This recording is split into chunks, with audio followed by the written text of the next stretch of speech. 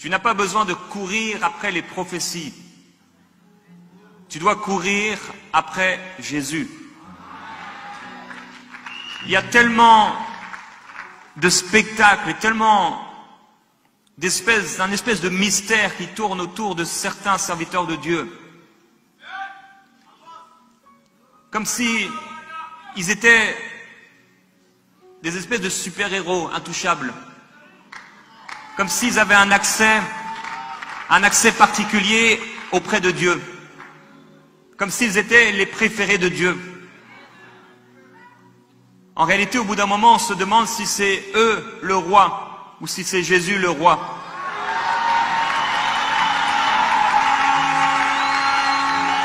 Et quand on dit dans quelle église tu vas, eh bien on a l'habitude de dire le nom du pasteur dans l'église où on va.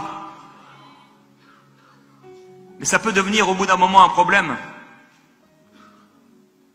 Si le roi de l'église, c'est le pasteur, ou les leaders, ou ceux qui aimeraient une place dans l'église,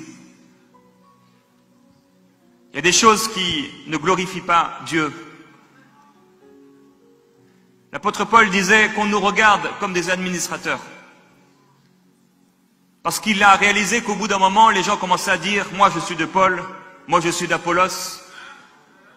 Et il va casser cette chose en disant qu'on nous regarde simplement comme des intendants. Vous savez ce que c'est un intendant?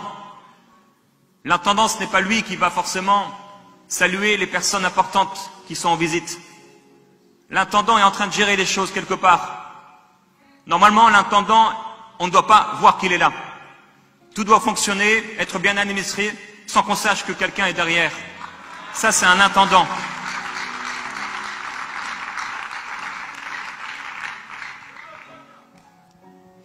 On a mis beaucoup de mystères autour de l'homme de Dieu. The man of God. Tu attends qu'il dise une parole sur toi. Tu attends que sa main tremble. Tu attends qu'il te regarde. Parce que tu t'imagines qu'il y a un autre esprit en lui.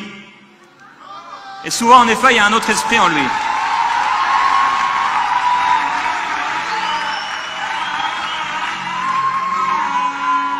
Parce que souvent, c'est l'esprit de la manipulation qui l'habite.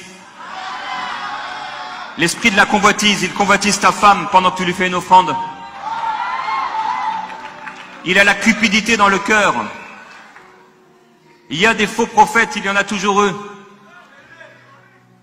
Et ils sont bien déguisés. L'art et la maîtrise de se déguiser. Ils ne peuvent être une offrande agréée de Dieu. Ils vont pouvoir faire leur spectacle et le faire pendant des années. Ils vont bien rire et bien profiter jusqu'à ce qu'ils se retrouvent en face de Jésus. Et ils vont être de ceux qui vont dire « Mais Seigneur, n'avons-nous pas fait en ton nom ?» Et ils auront des jugements à rendre pour avoir manipulé les foules, pour obtenir de l'argent de leur part.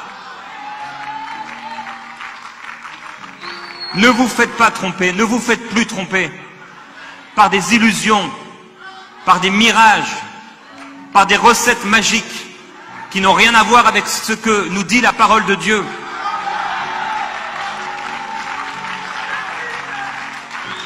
On n'a pas besoin d'être excité dans nos émotions pour que Dieu agisse. Mon premier pasteur était un homme tranquille. Mon deuxième pasteur était tranquille également. Je vous ai dit, jamais je l'avais vu en short. Il était là tranquille. On aurait dit une page d'une Bible.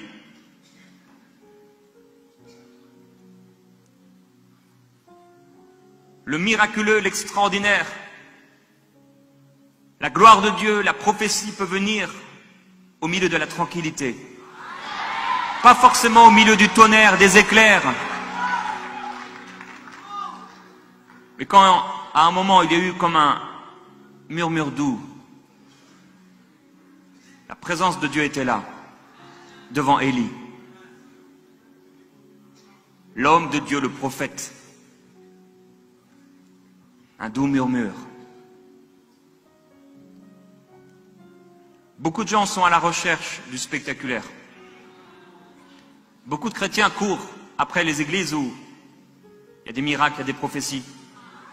sans se poser la question, mais est-ce que Dieu est vraiment là? Il y avait cette femme qui était en train de suivre Paul.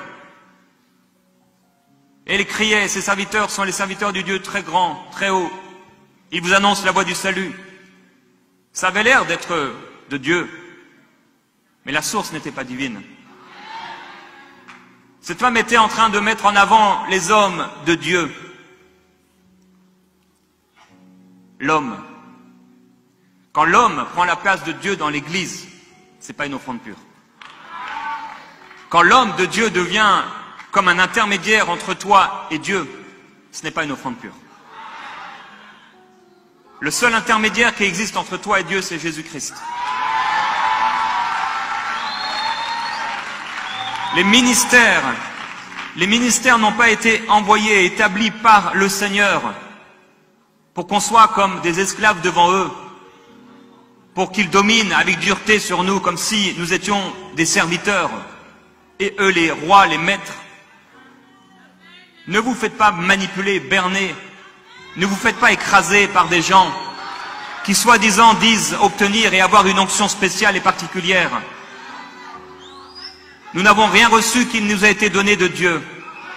Notre onction n'est pas à vendre. Quand tu commences à vendre ton onction, ton offrande est impure.